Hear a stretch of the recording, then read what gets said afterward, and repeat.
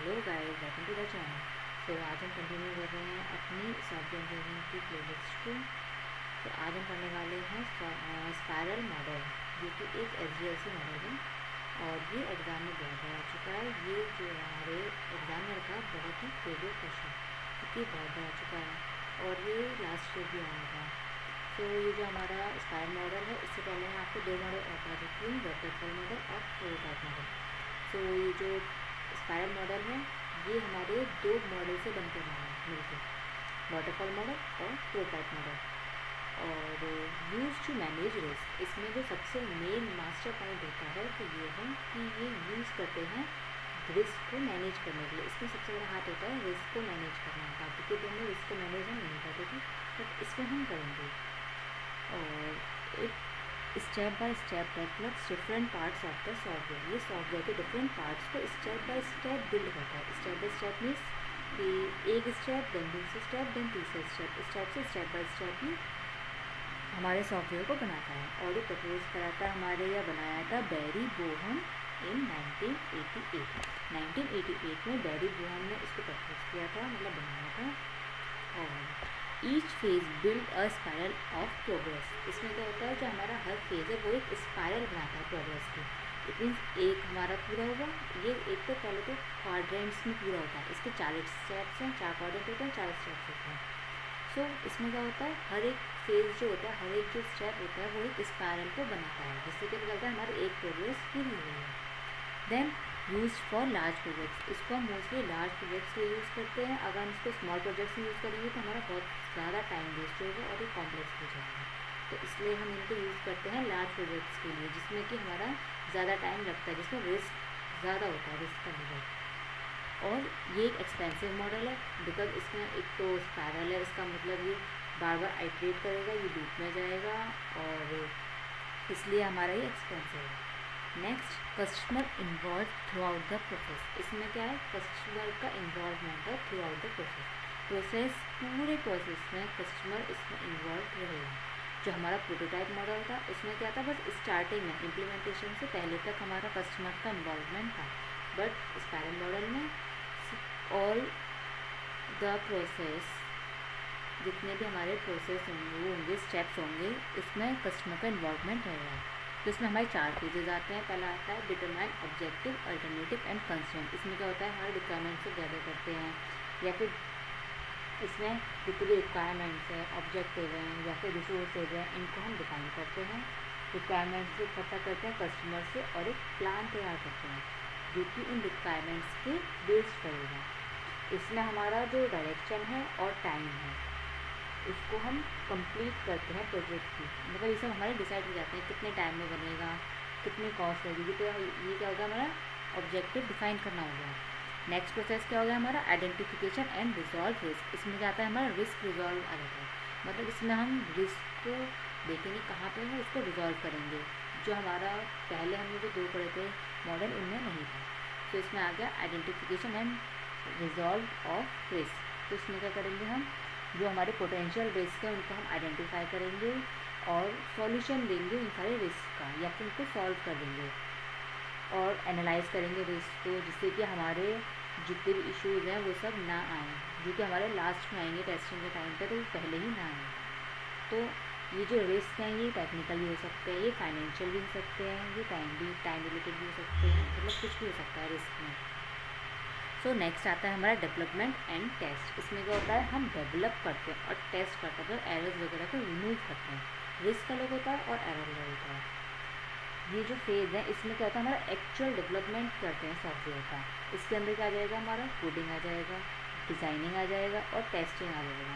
सो इसमें 3 फेज आ जाते हैं हमारे, कोडिंग, डिज़ाइनिंग एंड टेस्टिंग। सो इस फेज़ के अंदर बहुत सारे फीचर्स हमारे सॉफ्टवेयर के डेवलप करे जाते हैं और टेस्ट करे जाते हैं, क्योंकि इसका नाम ही है डेवलपमेंट एंड टेस्ट फेज़। और इसमें हम कस्टमर के रिक्वायरमेंट्स को असेंबल करते हैं। कहीं कस्टमर की जो रिक्वायरमेंट्स हैं, कहीं वो ऐसा तो नहीं कि अलग भाग रही है, तो इसलिए उनको हम रिजॉल्व कर लेते हैं पहले। लास्ट आता है हमारा plan the next iteration. Sorry, spelling mistake हो गई, नेक्स्ट आइट्रेशन। इसमें क्या होता है कि जब हमारी एक साइकिल कंप्लीट हो जाती है या हमारा एक स्पायरल पूरा हो जाता है, तो जब हम नेक्स्ट स्टेशन को प्लान करते हैं, कैसे करेंगे, अब हम कस्टमर को दिखाएंगे कि क्या इसमें कोई आपको इम्प्रूवमेंट चाहिए, अगर चाहिए तो हम फिर से दूसरा स्पाइरल बनाएंगे, इम्प्रूवमेंट्स और चेंजेस करेंगे, न्यू अपने रिक्वायरमेंट्स को, नए फीचर्स उसमें डालेंगे।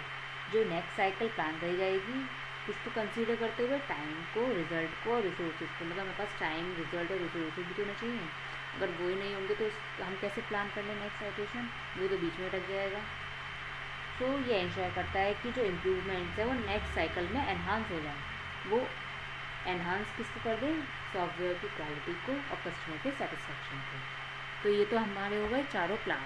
पहले हम डिटरमाइन करते हैं रिक्वायरमेंट्स को या ऑब्जेक्टिव को, फिर हम आइडेंटिफाई करते हैं और रिजॉल्व करते हैं रिस्क को, देन हम डेवलप और टेस्ट करते हैं। इट मीन्स इसमें कोडिंग, डिज़ाइनिंग एंड टेस्टिंग आ गई, और प्लान द नेक्स्ट आइटरेशन। अब इसका डायग्राम देख लेते हैं। तो ये है हमारा स्पाइरल मॉडल, थोड़ा सा खतरनाक सा है बट करना तो ही पड़ेगा, और ये एग्ज़ाम में बहुत आता है क्योंकि ये एग्जामिनर का फेवरेट टॉपिक है। सो इसमें हमारा सबसे पहले एक स्पाइरल, पहले एक क्वाड्रेंट पूरा होगा जिसके अंदर हमारा क्या होगा, ऑब्जेक्टिव को हम या फिर रिक्वायरमेंट्स को, इन सबको हम क्या करेंगे, गैदर करेंगे, डिफाइन करेंगे, डिटरमाइन करेंगे। और उसके बाद नेक्स्ट आता है हमारा रिस्क एनालिसिस, या फिर हम कह सकते हैं आइडेंटिफाई और रिजॉल्व रिस्क। इस क्वाड्रेंट के अंदर जाता है, सेकंड क्वाड्रेंट के अंदर आता है रिस्क एनालिसिस। इसमें हम हर स्टेप पे रिस्क एनालाइज करते हैं, चाहे वो पहली आइटरेशन हो, चाहे दूसरी, चाहे तीसरी, चाहे चौथी। मैं इसमें आइटरेशन बोल रही हूँ बट इसको स्पाइरल ही बोलें।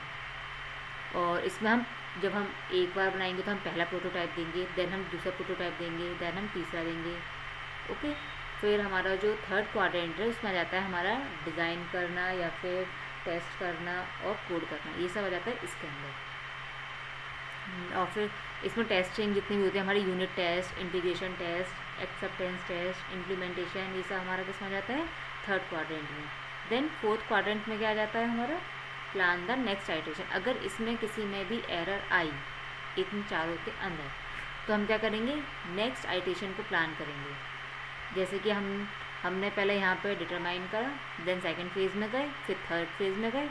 देन अगर कस्टमर सेटिस्फाई नहीं है, कस्टमर सेटिस्फाई नहीं हुआ तो हम अगेन दूसरा स्पाइरल चलाएंगे। ये हमारा ऐसे करके फिर दूसरा स्पाइरल, अगर उसको लगा कि ठीक है तो ओके है, हमारा प्रोजेक्ट रेडी हो जाएगा, नहीं तो हम फिर से हमें एक और नेक्स्ट आइटरेशन है, नेक्स्ट स्पाइरल हमें करना पड़ेगा। सो ये हो गया हमारा स्पाइरल मॉडल के फेजेस। सो इस डायग्राम को आप अच्छे से याद कर लें, रट लें, माइंड के अंदर एकदम छापा लें, क्योंकि ये डायग्राम एज इट इज़ आपको एग्ज़ाम में बना के आना है।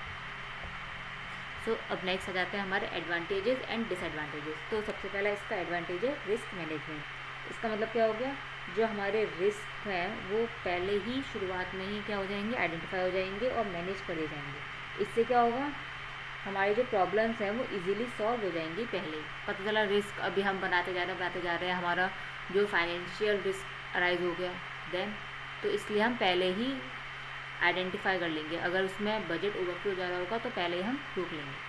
तो ये हो गया हमारा रिस्क मैनेजमेंट। नेक्स्ट आया फ्लेक्सिबिलिटी। फ्लेक्सिबिलिटी का मतलब जो हमारा मॉडल है वो अलाउ करेगा चेंजेस को, रिक्वायरमेंट्स और एज अ फीडबैक। जो हमारा मॉडल है वो क्या करेगा, चेंजेस करेगा। जब हमारी रिक्वायरमेंट चेंज होंगी तो उसको एज अ फीडबैक चेंज करनी पड़ेगी, जिससे मतलब ये किसमें यूज़ होता है हमारा, नेक्स्ट आइटरेशन के लिए। नेक्स्ट आ गया कस्टमर सेटिस्फेक्शन। ऑब्वियसली इसमें कस्टमर सेटिस्फाई होगा क्योंकि कस्टमर जो है इसमें होल प्रोसेस में इन्वॉल्व है। नेक्स्ट हमारा आ गया सूटेबल फॉर लार्ज प्रोजेक्ट्स। ये लार्ज प्रोजेक्ट्स के लिए सूटेबल है। अगर हम स्मॉल प्रोजेक्ट्स के लिए बनाएंगे तो फिर हमारा कॉम्प्लेक्सिटी ज़्यादा हो जाएगी ना, हम क्यों फालतू में इतना बड़ा यूज़ करें। अब सपोज हमें अगर एक गिलास पानी चाहिए तो हम एक भगोना पानी क्यों लेके, एक भगोने के अंदर क्यों भरें एक गिलास पानी को, हम गिलास भी तो यूज़ कर सकते हैं। तो इसलिए केवल लार्ज प्रोजेक्ट्स के लिए ही ये यूज़ होगा। Next better communication. अब इसमें बाबा रिस्क मैनेज हो रहा है और कस्टमर का ऑल टाइम इन्वॉल्वमेंट है, तो इसलिए यहाँ पे बेटर कम्युनिकेशन होगा। और बेटर क्वालिटी, अब अगर रिस्क पहले ही मैनेज हो गया, हमारी डिज़ाइनिंग कोडिंग पहले ही हो गई और फिर उसमें हम नेक्स्ट आइटरेशन भी प्लान कर रहे हैं फीडबैक के अकॉर्डिंग या चेंज इन रिक्वायरमेंट के अकॉर्डिंग, तो इसमें क्या होगा, क्वालिटी हमारे प्रोडक्ट की बेस्ट हो गई, मतलब प्रोजेक्ट की अच्छी हो गई। सो अब हमारे आते हैं डिसएडवांटेजेस। तो सबसे पहला आता है कॉम्प्लेक्सिटी। ये कॉम्प्लेक्स है क्योंकि इसमें सारे जो स्टेजेस हैं वो बहुत ज़्यादा ही कॉम्प्लेक्स है। जैसे कि हमारा रिस्क मैनेजमेंट, रिस्क मैनेज करना भी बहुत बड़ा काम होता है, ये भी कोई इजीली नहीं होता। और प्लस ये जो हमारा मॉडल है ये कॉम्बिनेशन है प्रोटोटाइप और वाटरफॉल मॉडल, वो दोनों ऑलरेडी पहले से ही कॉम्प्लेक्स हैं। सो हाई कॉस्ट होगी, क्योंकि अगर हम नेक्स्ट आइटेशन प्लान करेंगे तो हमें फिर से वो सारे स्टेप्स से होके जाना पड़ेगा, तो इसलिए इसमें जो हमारा कॉस्ट है वो भी बढ़ गई और time consuming, obviously time consuming है। जब इसमें अलग अलग स्पाइरल बन रहे हैं, अलग अलग आइटेशंस यूज़ हो रही हैं, तो इसका मतलब क्या हो गया, इसमें हमें जो टाइम है वो ज़्यादा लगेगा। अब not suitable for small projects, जैसा कि मैंने आपको बताया था स्मॉल प्रोजेक्ट्स के लिए यूज़ नहीं होगा।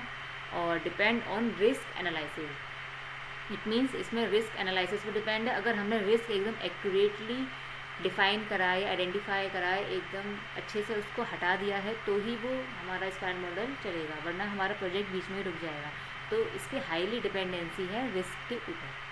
नेक्स्ट डिफ़िकल्ट टाइम एस्टिमेशन, इसमें टाइम एस्टिमेट करना डिफ़िकल्ट है, जैसा कि हमारा प्रोटोटाइप में था, क्योंकि इसमें आइटेशंस हुई थी, इसमें स्पाइरल हम बना रहे हैं, बार बार स्टेप्स को बार बार फॉलो कर रहे हैं, तो इस वजह से क्या हो गया, हमारा ये टाइम एस्टिमेशन डिफ़िकल्ट हो गया। सो ये आज हमने पूरा कर लिया है अपना स्पाइरल मॉडल। आई होप आपको समझ में आ गया होगा। अगर आपको फिर भी कोई क्वेरी हो तो आप कमेंट बॉक्स में डाल सकते हैं, मैं उसे जल्दी से जल्दी रिजॉल्व कर दूँगी। और नेक्स्ट मैं लेके आऊँगी मॉडल को कुछ ही टाइम में। सो अगर आपको ये वीडियो अच्छी लगी हो तो प्लीज़ लाइक करो, कमेंट करो, सब्सक्राइब करो और शेयर करो अपने फ्रेंड्स में, जिससे कि वो भी इजीली कम से कम टाइम में अपने इंपॉर्टेंट टॉपिक्स को कवर कर लें। And thank you for watching, bye bye.